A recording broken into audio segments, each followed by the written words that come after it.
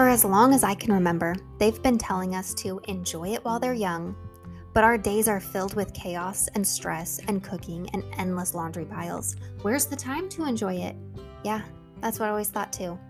There's so much I have to do. When do I find time for peace and joy and happiness when I barely have time to sleep? Mama, it's time to make shift happen. You can be a happy mom. If I can, you can. Trust me. I've been a mess, I've been depressed, I've been overwhelmed, I've been to the bottom of the pits, and I've risen, I've grown, I've bloomed, and it all started when I realized I didn't have to anything. I get to. It is my privilege and my honor and my divine responsibility to be the queen of my home. It's not a burden. I'm not a burden. I'm in charge. I'm the ruler. I'm the chaos coordinator. I'm the calm in the storm, and so are you.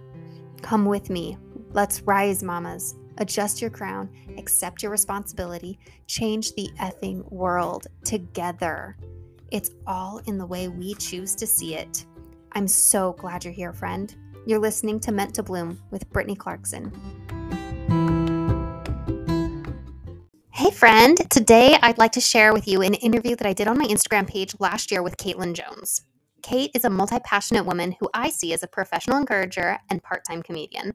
She's a soon-to-be published fantasy writer of the Elden series, a crafter, and a great friend. You can get in touch with Kate on Instagram at Kates_encouragement, and I'll link her in my description of this podcast as well. So the recording got cut off a little bit. I asked her the question, in today's society, with our view of men and husbands, why does it seem to be acceptable for women to trash talk their husbands behind their backs? What are your thoughts on that? Disrespectful to anybody. You have no right to be disrespectful in any circumstance. But especially when it comes to marriage, because for me, with my biblical point of view of marriage, God holds marriage to such a high standard that you shouldn't purposefully do something to break that apart. Mm-hmm. Especially tearing down your husband in such a way. And especially if you think about it, if you're tearing him down because of certain reasons, like you have kind of legit reasons, he's not going to get better by you tearing him down. So, you're only hurting the situation more. The way we talk about our husbands, if we're talking from the biblical standpoint and we are one flesh, talking bad about your husband is really talking bad about yourself as well. Yeah. And I think that's maybe why we get so okay as a society with trash talking our husbands, because we're so close to them and we're so okay with talking so bad about ourselves at the same time. Things we would never say about our best friend, we'll say about ourselves, and we will say about our husband. Really? So maybe it is part of the closeness why the trash talk and all that kind of starts, the husband shaming. Yeah. Yeah. And it's just, I do feel kind of compassionate to these people because, there might be a lot of things going on. Everybody's marriage is complex because people are complex, especially between the two sexes. So, my encouragement, if it's so hard to see the light in the situation, is counseling. And for me personally, we did have premarital counseling, but counseling in general is a super helpful tool for yourself. And the only person that you can change is yourself. And that also, in return, affects the people around you, especially your husband. Your husband's going to tell something different. I think I like this. Right. Yeah. That was the other thought that was kind of in my head, was how often we get upset with other people when we get really triggered by someone else's actions. I can't remember what scientific studies it came out in, but there's a whole psychological school of thought on it that is your own internal insecurities being reflected. So, like, we get most triggered by our husband's actions when it's something we're actually struggling with that we refuse to confront is a problem for us. So yeah, like whenever you get angry at anybody, it's typically about you, not about them. And if you fix what's inside of you that you keep ignoring and shoving down, and you come to either accept that in yourself or to make adjustments to, react differently than you've been reacting or whatever it is,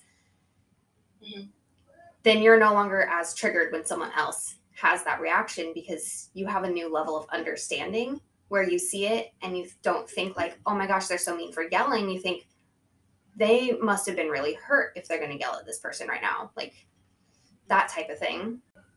And so when I started doing inner work on myself, which like with therapy and things like that, and just like journaling through like the deepest kind of struggles of my own emotions, that was like the single best thing I've ever done for my marriage. Just working on myself first.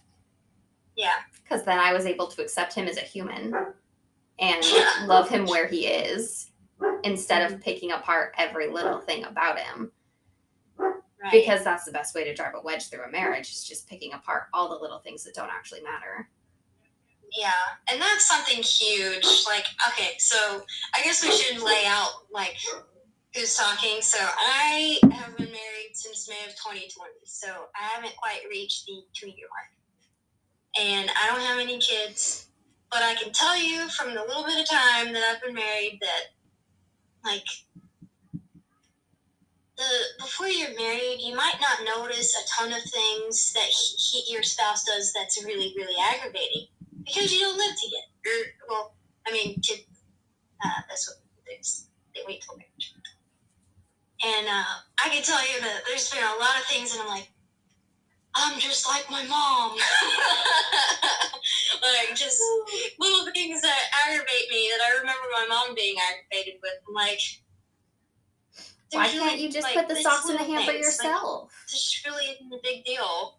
So you learn a lot, like, within the first year or two of marriage of, like, these little nuances that really just don't matter, and you just need to just take a deep breath and realize it's not the end of it. Right. Yes. And so I've been married 7 years. We have 3 kids, all 5 and under. So yeah, I definitely remember the like learning curve of moving in together and like splitting household chores and like getting used to sleep patterns and all that. And then you have kids and then like everything changes again because as the mom, like all of your habits and like all of your intentions completely shift. And then he's just like, but I don't understand why things are different. Because it didn't change him like biologically going through pregnancy and having all the maternal like, yeah, I wake up at 2 a.m. whether the baby wakes up or not because that's what I'm used to. Like, I hear things that other humans can't hear anymore as a mom of a newborn. You get like those superhuman senses.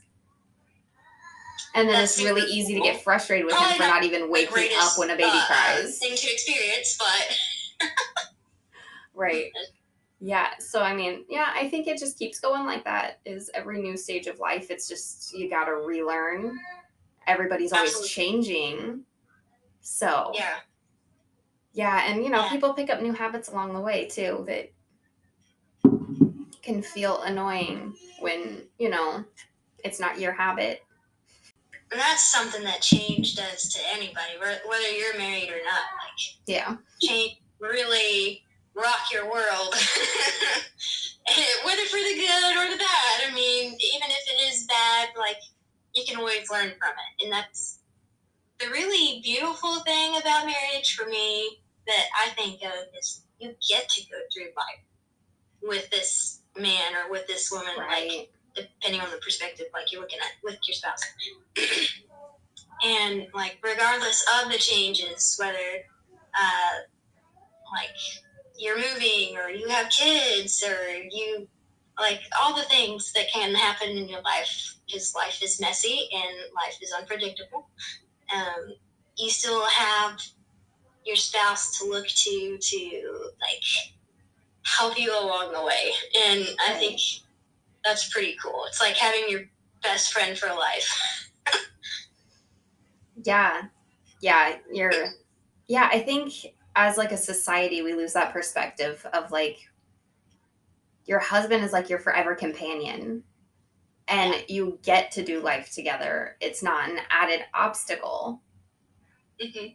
And I think, if we had that perspective going into marriage that, husbands are lousy and, we're just going to think about all the bad parts about them, then no one would get married.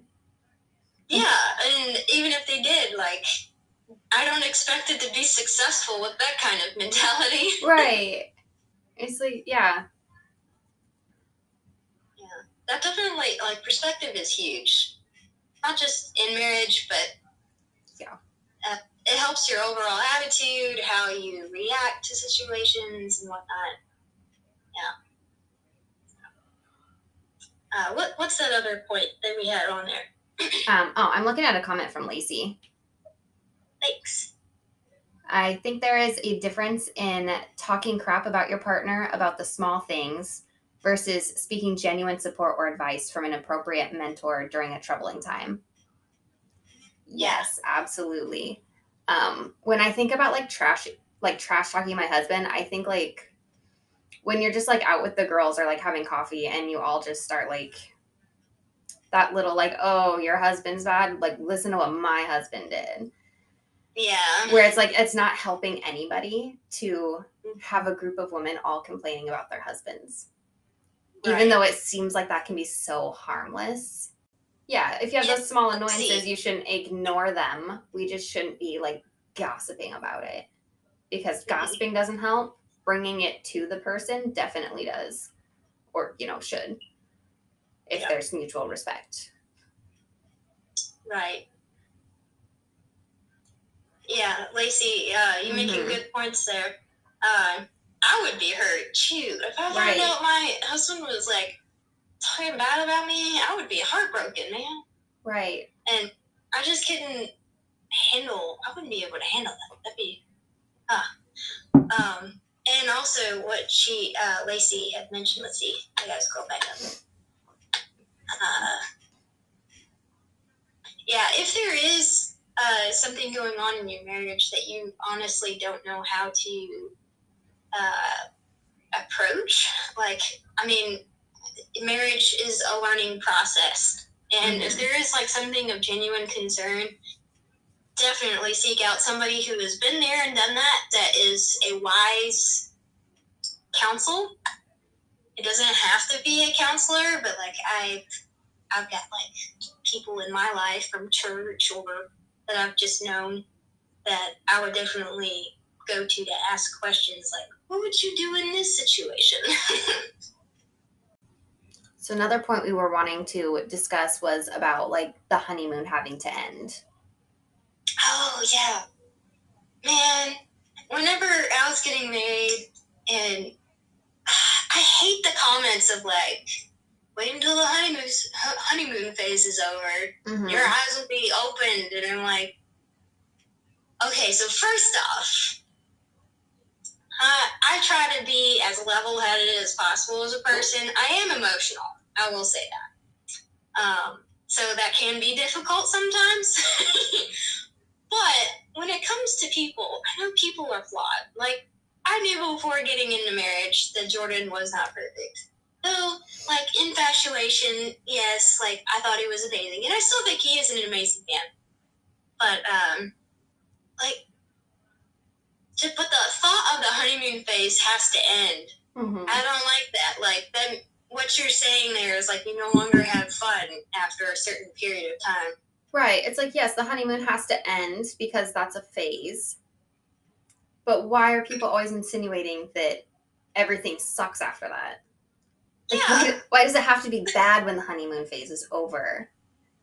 Can't that be, like, where the fun really starts when you guys, like, have fully, like, met each other? Like, you've lived together a year or so, and now you know, like, each other's patterns and habits, and, like, you've learned each other's hearts at such a deeper level. Like, Right. And I feel like that would be even more, not only interesting, but more enjoyable when you've reached that point. When, like, whenever you hear some, like, this old couple who's been married for, like, 60 years, and it's just like, man, that's just so cool. Because, like, some couples, I'm not going to say all, but some couples who really invested in their marriage, like, it's just so cute. And I'm like, oh, I want to be like that. Right.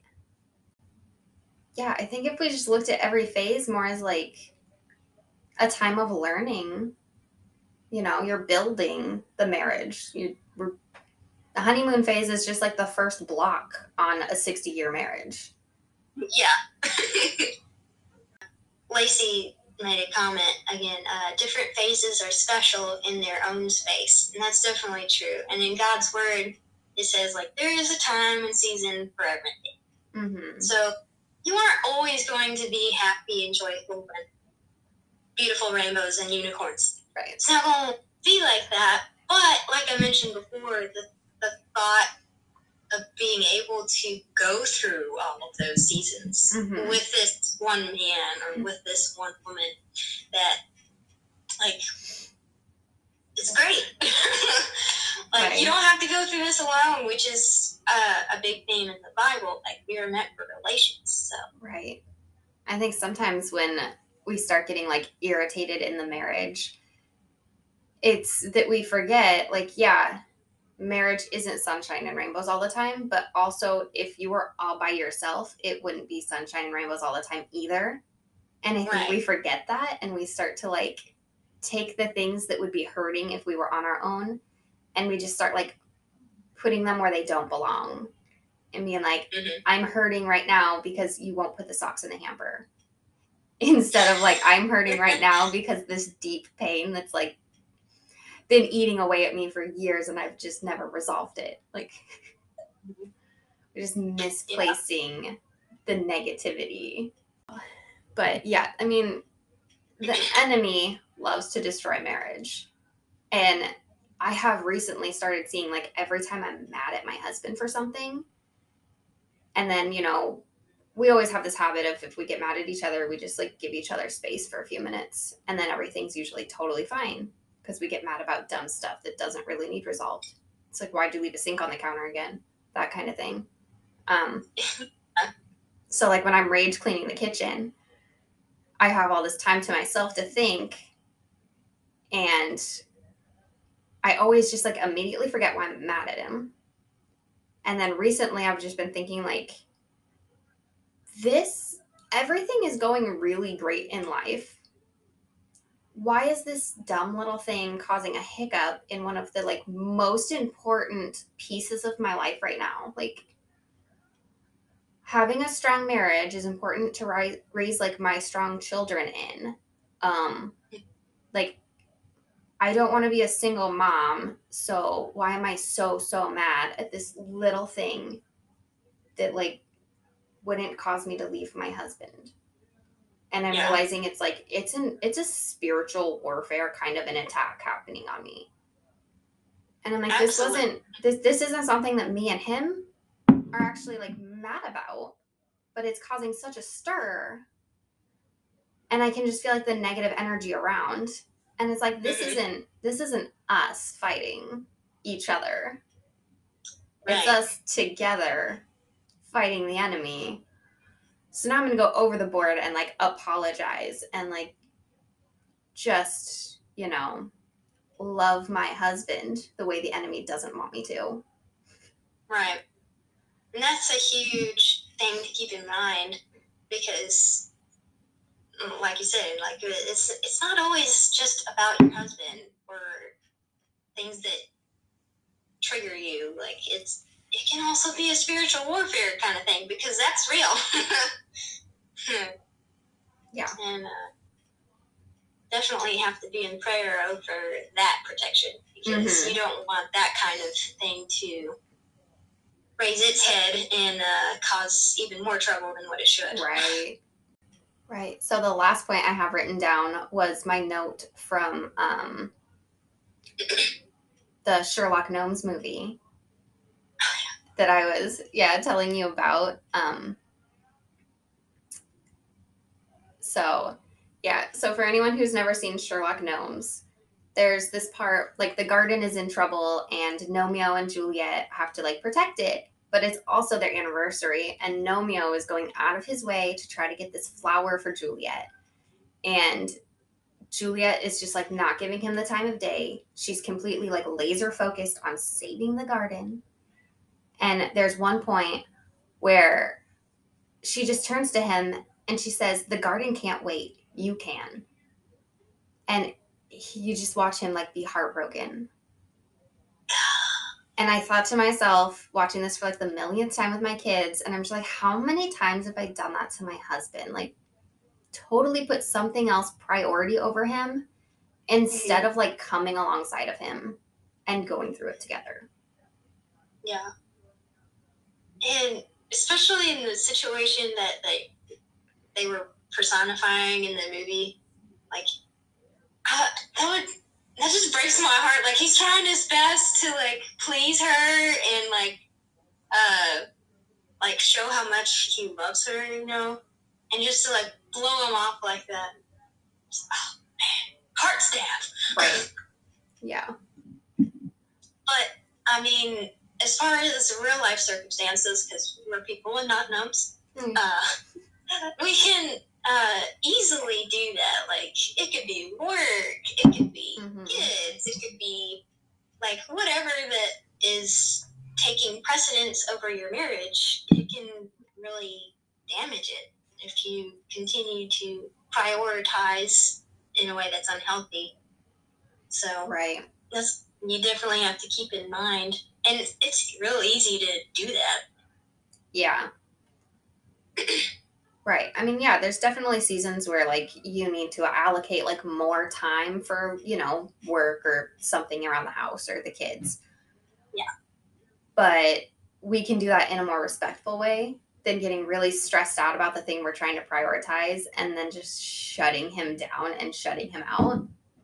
Right. Because then you're actually, instead of just, like, putting your marriage on the back burner, you're just, like, burning it. Like, you're causing a new problem to deal with later with the emotions that are going to stir up having, like, put that divide in there. Saying, like, I just don't have time for you. Instead of, I need to focus on this. Maybe you can help me. Like, forgive me, but, like, that phrase right there, like, I don't have time for you. Like, can you imagine going to bed with that person after that? Like that'd be so, that just... Right. I mean, I think a lot of times, though, when we say it, we're not actually, like, using the phrase, I don't have time for you. We're saying it more in our actions. Or, like, we're not meaning to say it, but that's what they're hearing. That's true. That's true. So in those seasons where, like, you do need to set aside more time towards something, again, we're doing life together. So talk about it with your husband. Like, look, I really need to do this, and it would be very helpful if you could do X, Y, and Z. Like, that's what they're there for. They're there to, like, help you out and whatnot. Right. So don't try to be a lone ranger in trying to accomplish a goal or whatever it may be. Right. And also, men are not mind readers. If it would be very helpful for them to do something, we have to lay it out for them and let them know, like, if I'm doing this right now, I really, really need your help doing this exact thing at this exact time. That would be helpful to me. Instead of just getting irritated that they didn't do what you wish they'd done, but never asked.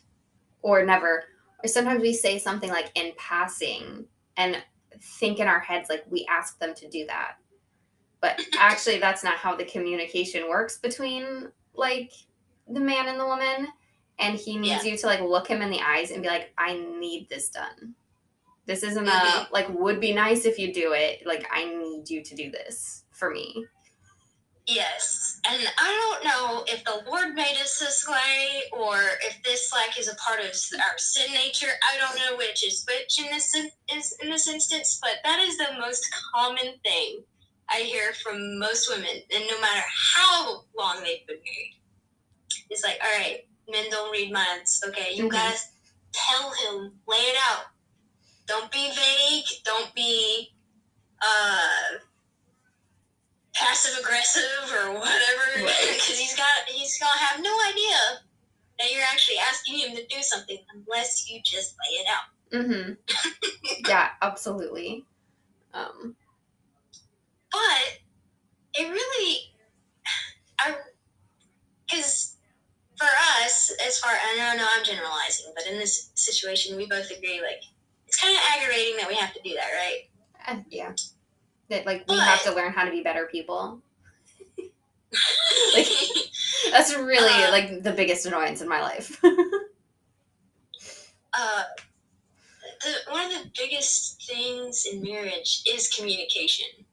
Mm-hmm. And learning that ahead of time, that you have to be direct with him, is more helpful than an aggravation if you really look at it. Like, all right, I know how I need to communicate to him. Mm-hmm. But for some reason, like, especially for me, it's just like, why do I have to tell you this? Right. Yeah. I think our biggest struggle with that has been, like, trying to get a really good bedtime routine for the boys. Because I always dreamed that my husband would be putting them to bed. You know, I spend all day with them. My dream was that he would come home and put them, like, through bath time and all that while I, you know, can clean the kitchen or have a break. Yeah. But what I never anticipated was that he'd have to come home from work and then have to, like, work another hour or two. Mm-hmm. And then have to do, like, all the chores that I won't do, like taking the trash all the way out to the curb. Yeah. Which, I mean, we have, like, maybe a 1/4 mile long driveway, so I'm not going to take the trash that far. He can do it. But I'd find that I'm upstairs giving the kids a bath while he's finishing up work and he's taking out the trash or emptying the litter box. And I'm just, like, up there getting mad that I'm giving the kids a bath by myself. And then I sit there and think, like, well, did I plan this well? Could I have, like, asked him to finish his work before he even, like, came in the house and had dinner? Or could I have given the kids a bath earlier instead of waiting until, like, an hour past their bedtime to start, where I have to do it by myself, or they stay up until 12:30? Like, yeah, I've started thinking about it as I'm getting angry, started, like, questioning, like, well, what could I have done differently to not put myself in this situation where he's finishing up work or doing some household chore and I'm up here getting mad giving my kids a bath and he has no idea that, like, I didn't want to give him a bath. Yeah. And it's a really good thing to think about too, because you might even solve your own problem by reflecting on, like, all right, I could have just done it differently, you know? Or, like, I save folding laundry for, like, bedtime because I wash it downstairs and I take it upstairs and put it in my room and then I sort and fold. Like, ideally, I do the laundry folding it when my husband's reading a book to the kids. But some nights he's, like, still getting some work done. And I have to do it all myself. So I have to put off folding laundry. And then I have to question, like, well, maybe I could have folded laundry in the middle of the day. There's no rule that says I'm not allowed to go upstairs during the day. So, yeah. And all in all, like, even with things like that, because for me, I would get really frustrated if I continually had to be put in those situations. So for me, a reminder of, like, it's not the end of the world if I don't fold the laundry. Right. It's okay if there's a mess. It's okay. Like, there's so many expectations. Like, everybody has their own expectation, but there tends to be a lot on that list that we expect to either get done or things look, and you go to bed and you're like, dang it. It's not what I wanted. But it's just, if you wake up in the morning, then the Lord has given you another day to live. Be grateful for that. Right. And another day to finish up yesterday's to-do list. Yeah. He knew you needed another day. Allow yourself grace. That's something Absolutely. big. Yes. I've been really working on like letting go of stress lately. I can always feel the urge like rising up, especially with the holidays, and I'm trying to like not do all the things, and I'm trying to enjoy the moments. Thank you so much for joining me today for this episode of Meant to Bloom. It really does mean the world to me. But are you ready to take this a step farther? Check out the description below of this episode and grab your mindset makeover. It's totally free, my gift to you. Then hop on Instagram and let me know what you thought of this episode. Tag me at Britt Clarkson, that's BritClarkson. If any part of this resonated with you, please let me know by tagging me or leave a review and share on social media so other mamas can find this too. If it helped you, it's gonna help someone else. You're part of a movement now. Let's go.